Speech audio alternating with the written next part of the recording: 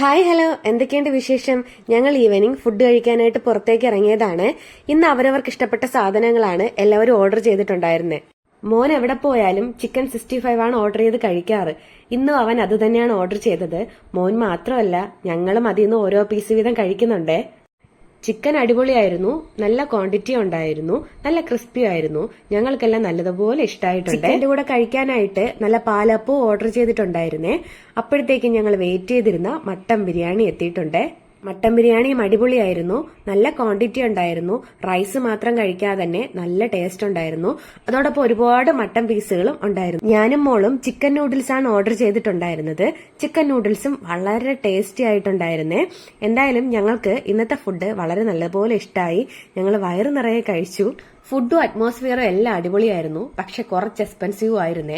അവസാനമായിട്ട് ഞങ്ങളൊരു നാരങ്ങാ വെള്ളവും കുടിച്ചിട്ടുണ്ട്. അപ്പൊ ഞങ്ങൾ ഇന്ന് ഫുഡ് കഴിക്കാനായിട്ട് പോയത് കുന്നത്തുകാലിലുള്ള ഗോൾഡൻ പാലസിലാണ്. നിങ്ങൾക്ക് എത്ര പേർക്ക് ഗോൾഡൻ പാലസ് അറിയാന്നുള്ളവർ കമന്റ് ചെയ്യാൻ മറക്കരുതേ.